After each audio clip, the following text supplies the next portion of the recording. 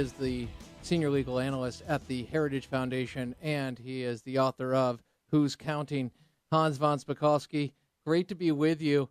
And Hans, let's just deal with another question that has been continued to be asked and speculated about, especially in light of the 50th anniversary of the I Have the Dream speech, the March on Washington.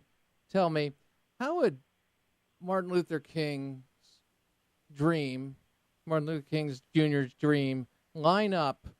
Would it be congruent with voter ID laws and support for that? Oh, of course.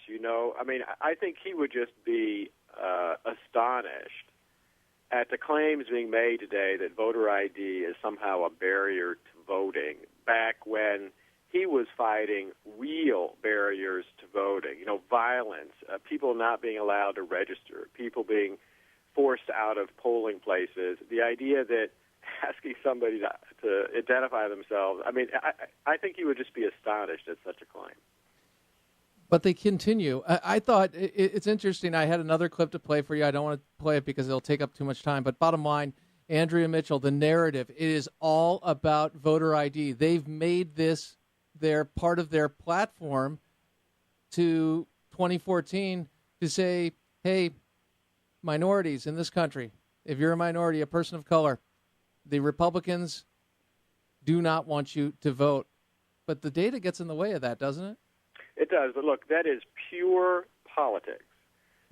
They know the data doesn't show that, but they're doing it because they're hoping to scare their voters, particularly black voters, into thinking that somebody's trying to take their vote away, because then hopefully they'll turn out at higher numbers to vote. This is pure election politics. Do you think it's working? I don't know. We certainly had very high turnout of black Americans in the 2012 election. For the first time in history, they actually turned out in higher numbers than white voters all over the country. And so maybe it is, maybe it isn't, but we do know that since voter ID has been passed in the certain states and the data that comes back, we see a greater participation rate.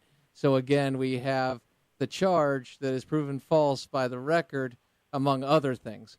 That said, it's a battle for getting the truth out there, and I know you're definitely a part of that and all that you have done and continue to do. Another question in regard to the civil rights question and the Civil Rights Division of the Department of Justice. I know I'm hanging on this, then I want to go to New Mexico Supreme Court, so follow me here, Hans. Earlier in the show, I asked, rather than put the focus on the rodeo clown and his comments today, which I felt were welcome and great, I put it on the president. I asked the question, do you believe the president has shown prejudice in the area of racial, religious, and political matters? And interesting responses that we had, but bottom line, my question to you is, do you think he has shown this, and has he set the tone for what the civil rights movement is today versus the civil rights movement that was under Martin Luther King? Oh, yeah, no, I think he has set a very unfortunate tone, one that increases racial divisions instead of decreasing them, and that's been evident not just in many statements he's taken, but in actions that his administration has taken, particularly the Department of Justice. And so we are left with a very divided America. And again, what is the difference between the divide and what causes the divide? Exposing the statements and policies that are being used to divide for what they are. And oftentimes, if the statements are being made, they do not line up with truth. It's just something that I think many of us get frustrated, and I'm sure you're a part of this at times, because we are fighting against a misinformation, disinformation campaign, and it seems they have a larger megaphone. Does that ever bother you? Well, it does. It does bother me because the media just prints things they say without question. But look, it's also very sad to see how the civil rights movement has degenerated. Look, that was really illustrated over the weekend. We went from 50 years ago hearing Martin Luther King give this just terrific, inspiring message about equal rights to having Al Sharpton haranguing the crowd about teabaggers. That's how far, unfortunately, that movement has gone downhill. Yeah, well, that says it all right there, and it is true. And it is interesting because we were supposed to be in the post-racial presidency of President Obama that would welcome in the time. And I think there are some who even voted on that reason, for that reason of color, unfortunately. I think it's ridiculous one way or another. Anyway, but bottom line, some, I think, were voting to say, hey, look, I'm not prejudiced, I'm not racist. We can stop having the conversation and we can start bringing true accountability. I don't think that's happened, unfortunately. And in fact, as the record gets worse, I think we're getting more and more excuses and pointing to what we all are outraged at, which would be actual racism. What about these fake hate crimes? Have you been seeing these lately? Yeah, but that's also nothing new. I mean, we have seen just a whole series of fake hate crimes, especially at college campuses. And don't forget, it was a fake hate crime that really first got Al Sharpton into the news 2 decades ago. That's true. And he still has, well, I guess somebody's paying it for him. Yes. In that way. He was sued. Yeah, he was sued for defamation over that and ended up having a big judgment rendered against him.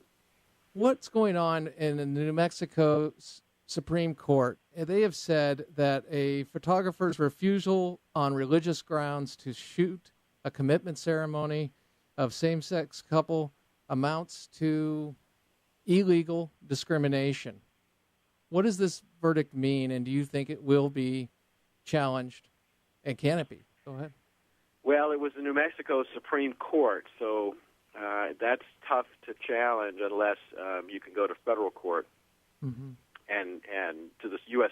Supreme Court and claim some kind of federal right. Look, this was just a terrible decision. I mean, it's such a misinterpretation of the First Amendment. And, you know, what's even more ridiculous about it, Crane, is that at the time all this, was, of course, was happening, New Mexico didn't even recognize gay marriage. And yet it's saying that this photographer was violating equal protection by not wanting to photograph a civil commitment authority. It's not only a violation of the woman's religious freedom rights, but it's a violation of her speech rights, because photography is a form of protected speech. So is it a good case for the Supreme Court to take on? Do you see that happening? Yeah, I think potentially it is, because I think that this wedding photographer has the ability to claim that this state court ruling violates fundamental First Amendment rights protected by the Bill of Rights, and that brings the U.S. Supreme Court into it.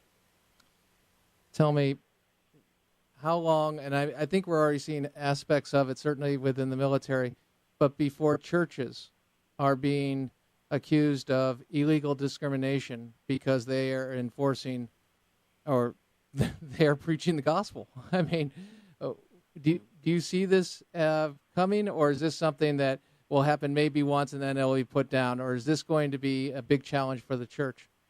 No, I think it is going to be a big challenge for the church, because that's the way things are going in academic institutions all around the country. Kids are being taught one particular side of this issue, and that's just going to culturally make this tougher and tougher as time goes by.